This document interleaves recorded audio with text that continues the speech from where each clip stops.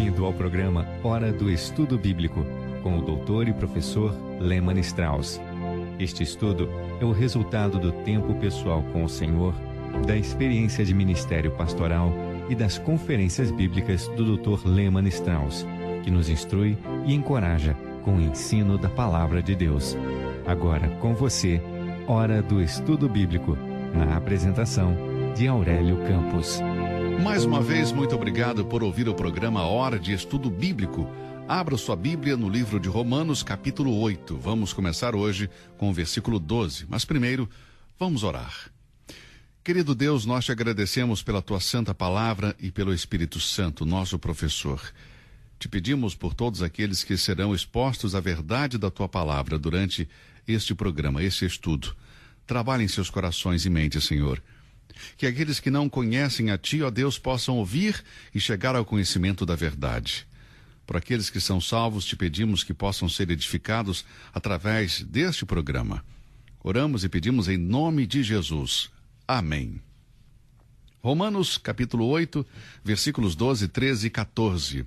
Não creio que haja algo mais impactante para o incrédulo do que um cristão que mostra sua fé em Cristo de uma forma prática. Há muitos cristãos que servem a Deus apenas da boca para fora e que trazem uma má fama ao cristianismo. Eu creio que somente a pessoa que está em Cristo, controlada pelo Espírito, é que vai atrair outros para Deus. Os crentes se distinguem dos outros pelo Espírito que habita neles, por isso eles têm a obrigação de viver segundo o Espírito e não prover para os desejos da carne. Romanos 8,12 diz: de maneira que, irmãos, somos devedores, não à carne, para viver segundo a carne. Dos dois princípios que tentam nos controlar, a carne e o Espírito, a nossa obrigação é com o Espírito e não com a carne. Nós não devemos nada à velha natureza adâmica. A carne vai fazer exigências de nós, mas nós não temos nenhuma obrigação para com ela. A dívida do crente com o pecado e pelo pecado foi cancelada pela morte de Cristo no Calvário. O crente vitorioso renunciou à carne e entregou a sua vida ao Espírito Santo. A sua única obrigação é com o Espírito. A carne nunca fez o bem para nós, somente nos faz escravos do pecado e da morte. Por outro lado, o Espírito Santo nos deu uma vida nova e imortalidade. Podemos ver na declaração de Paulo no versículo 12 que a carne é um inimigo muito perigoso. Deixe-me lembrá-lo mais uma vez. Nós não temos nenhuma obrigação com a carne. O versículo 13 diz: porque se viverdes segundo a carne, morrereis. O fato é que se você ceder à carne, isto irá matá-lo no final. Neste tema sobre santidade prática, o crente não pode se dar ao luxo de ignorar a sua responsabilidade. Nós estamos em dívida com o bendito Espírito Santo de Deus. Nós devemos andar em comunhão com Ele, dando a preferência para que Cristo, através do Espírito, tenha o primeiro lugar em nossas vidas. Gálatas 5,16 diz: digo, porém, andai em Espírito, e não cumprireis a concupiscência da carne. A nossa esperança de vitória está na submissão ao Espírito. Quando nos entregamos ao Espírito, não podemos agradar os desejos da carne. É tão fácil ceder aos desejos da carne, mas não podemos dar ao luxo de perder a nossa comunhão com o Espírito. A presença do Espírito em nós não faz com que o nosso esforço se torne desnecessário. O verbo andar sugere uma ação contínua, ou seja, continuar andando no Espírito. Romanos 6,19 nos diz que a carne é fraca. Romanos 8,3 diz que é pecaminosa. 2 Coríntios 7,1 diz que é suja. Romanos 7,18 diz que nela não mora bem algum. A carne prospera nas coisas que aborrece o Espírito.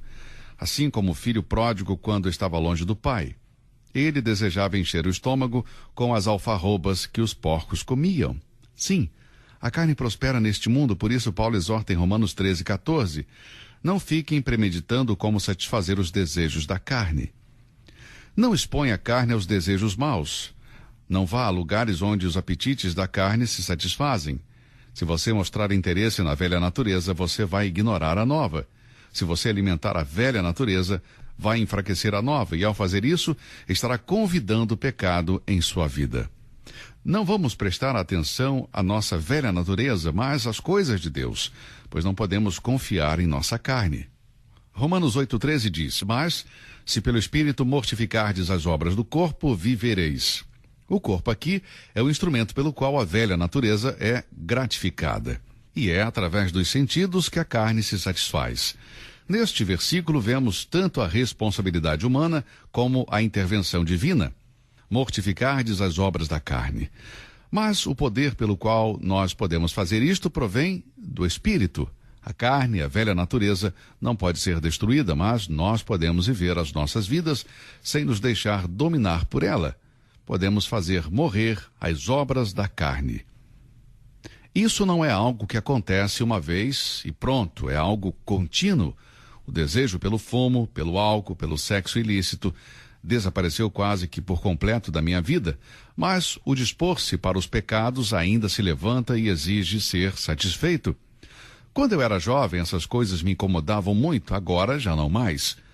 Mas há outras coisas que me incomodam, como algo em meu caráter ou más reações que tenho. Minha querida esposa diz algo e isso cria uma pequena discussão.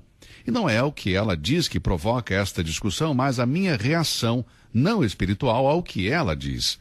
Creio que isto, juntamente com outros pecados, como o orgulho, a inveja, o ciúme e outros, devem ser tratados em mim diariamente. Continue andando no Espírito, continue fazendo morrer as obras da carne. Enquanto continuamos matando as obras da carne, nós viveremos. Vamos viver livre do poder do pecado. Vamos viver desfrutando da comunhão com Deus. Vamos ter prazer na palavra de Deus, uma nova alegria ao orar. Vamos viver em paz interior, felicidade e contentamento, sabendo que tudo está bem com o nosso Deus. Vamos viver com o privilégio de ser uma bênção para os outros. É a isso que ele se refere ao dizer vivereis. A vida cristã vitoriosa nos vivifica. Agora diga-me uma coisa, estamos vivendo ou apenas existindo? Sim, somos crentes, eu sou crente, muitos de vocês também são, mas estamos realmente vivendo como tais? A Bíblia nos diz como: mas se pelo Espírito mortificardes as obras do corpo, vivereis. Então, viva a sua vida. Vamos ler o versículo 14. Porque todos os que são guiados pelo Espírito de Deus, esses são filhos de Deus. Ser guiado pelo Espírito significa ser controlado por Ele. Significa andar no Espírito, Romanos 8,4. Pensar nas coisas do Espírito, Romanos 8,5. Ter a mente voltada para as coisas do Espírito, Romanos 8,6. Que o seu Espírito habite em nós, Romanos 8,11. Fazer morrer as obras da carne, Romanos 8,13. Ser guiado pelo Espírito significa, portanto, desfrutar do controle do Espírito, rejeitando tudo o que não é de Deus, para não entristecê-lo. E lembre-se, o Espírito se entristece com todo o pecado, não apenas com algo que nos leva ao tribunal, mas com pecados como amargura, raiva, malícia, fofoca, Efésios 4:30-32. Isso é muito importante saber. Como filhos adultos temos obrigações, nós temos responsabilidades e nós somos filhos de Deus. Estamos, portanto, vivendo como filhos de Deus? Estamos permitindo que o Espírito Santo nos guie? O filho pródigo, longe da casa de seu pai e da comunhão de seu pai, perdeu a orientação de seu pai. Ele cedeu aos seus desejos, sua carne foi alimentada com o lixo deste mundo e ele perdeu algo, o conselho, a orientação de seu pai. Sabemos que se nos alimentarmos com televisão, internet e outras formas nas quais o lixo deste mundo está se espalhando, não podemos crescer em nosso relacionamento com Deus, nem receber a orientação do Espírito. Uma marca da maturidade espiritual é a dependência diária do Senhor. Ele guia todos os seus filhos que o buscam e que desejam compreender as verdades espirituais. Existe um processo de crescimento que precisa acontecer, e eu percebo que hoje há muitos cristãos que estão estagnados em seu crescimento espiritual por causa do consumo de coisas carnais. Na programação da televisão, em uma semana, apareceu mais de 1.000 homicídios, 1.000 em uma semana. Para não falar de outros crimes como estupro e cenas mórbidas. Já pensou? E nós, como cristãos vivendo apegados à televisão? Devemos nos apegar à palavra de Deus e entregar as coisas que não são de Deus, que nos enfraquecem espiritualmente. Isso é o que precisamos fazer. Bem, vamos terminar o nosso estudo de santificação em Romanos. No versículo 15, Paulo diz: porque não recebestes o espírito de escravidão, mas outra vez estardes em temor, mas recebestes o espírito de adoção de filhos, pelo qual clamamos, Abba, Pai.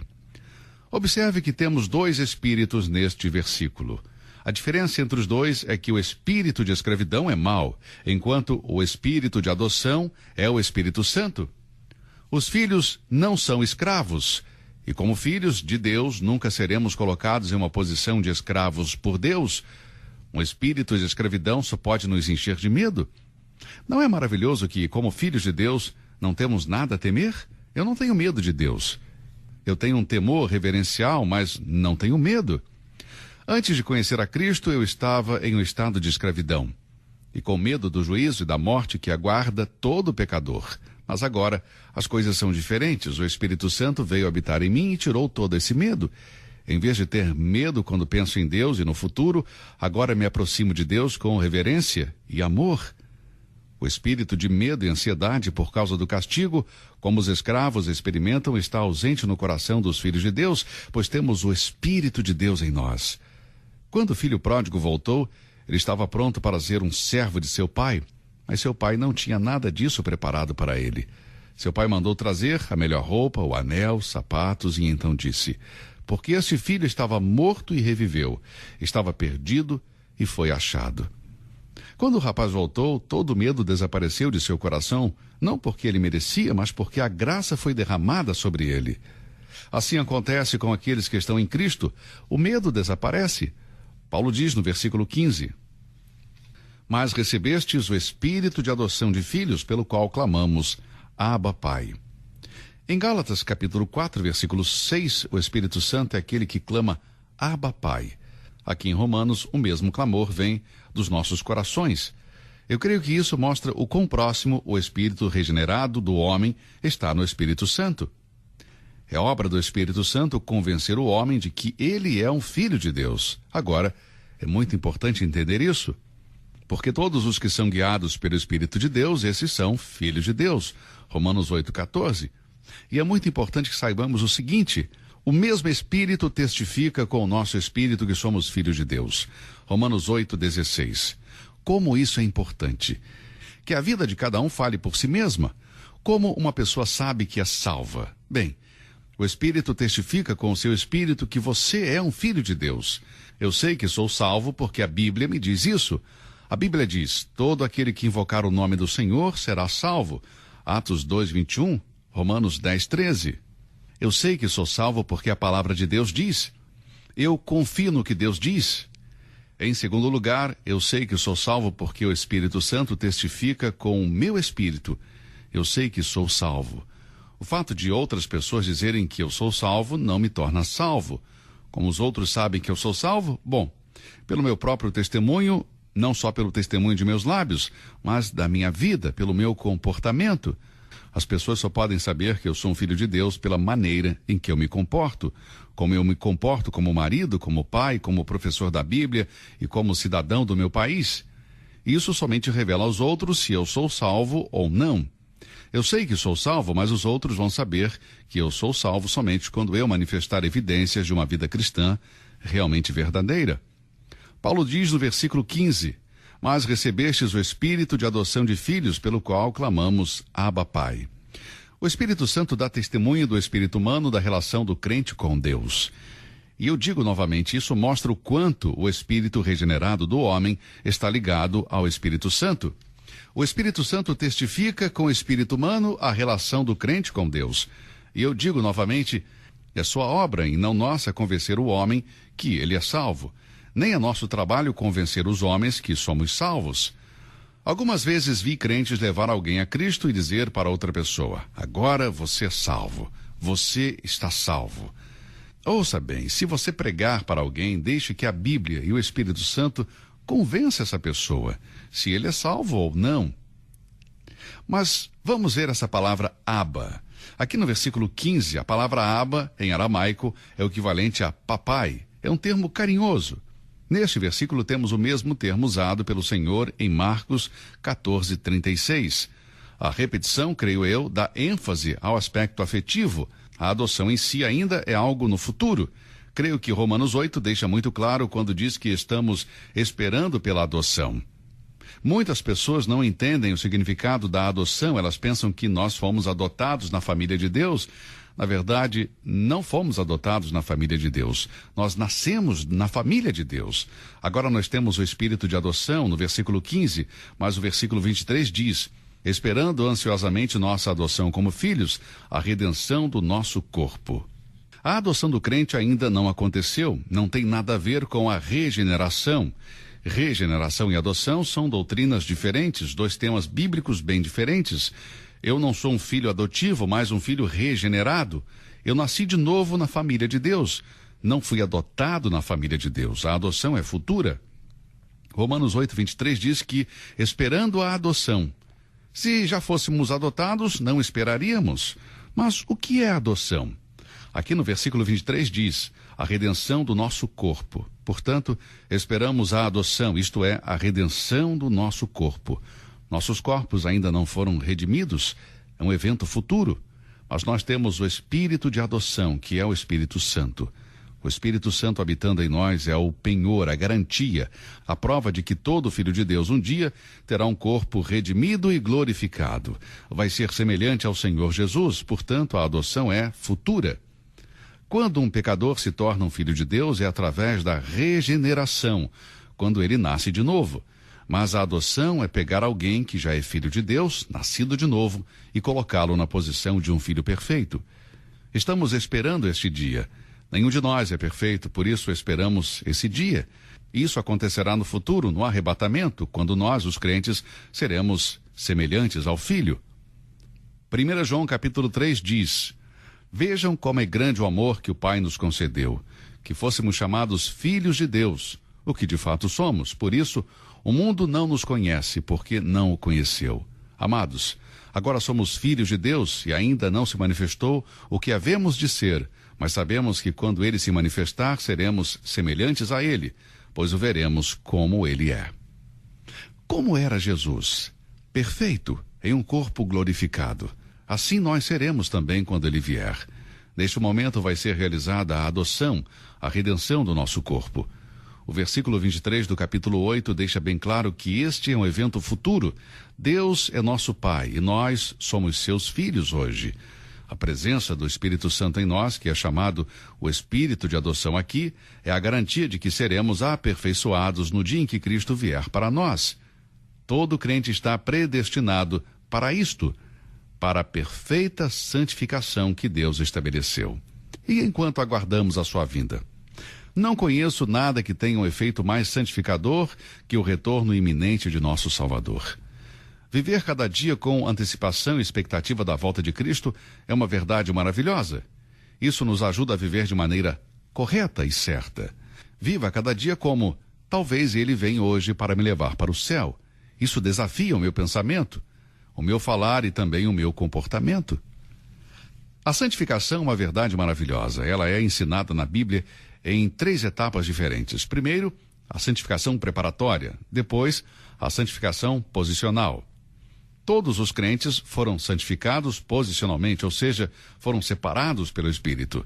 Também temos a santificação prática, o crescimento espiritual contínuo em nossas vidas através da obra do Espírito Santo. A palavra de Deus tem o seu papel neste processo. O salmista escreve no Salmo 119:9. Com que purificará o jovem o seu caminho? Observando-o conforme a tua palavra. No mesmo Salmo, no versículo 11, diz: escondi a tua palavra no meu coração para eu não pecar contra ti. Você percebe a influência purificadora da palavra de Deus? Jesus disse em João 15:3, vós já estáis limpos pela palavra que vos tenho falado. Em Efésios 5:25, em Efésios 5:25, 26, em Efésios 5, versículos 25 e 26, lemos: vós, maridos, amai vossas mulheres, como também Cristo amou a igreja e a si mesmo se entregou por ela, para a santificar, purificando-a com a lavagem da água pela palavra. Sim, meu amigo, a Bíblia é essencial para o crescimento espiritual. Essa é a razão pela qual eu tenho dedicado a minha vida para estudá-la e ensiná-la. Nada neste mundo pode substituí-la. Muito bem, o nosso tempo acabou por hoje. É muito bom saber que você está ouvindo e aprendendo da palavra de Deus. Que Deus o abençoe e até o nosso próximo encontro. Você ouviu Hora do Estudo Bíblico com o professor e doutor Lehmann Strauss, na apresentação de Aurélio Campos. Se você deseja ouvir novamente esta mensagem, visite a nossa página na internet www.bbnradio.org. Fica o convite para você nos acompanhar amanhã, neste mesmo horário, aqui na BBN. Hora do Estudo Bíblico é uma produção da BBN.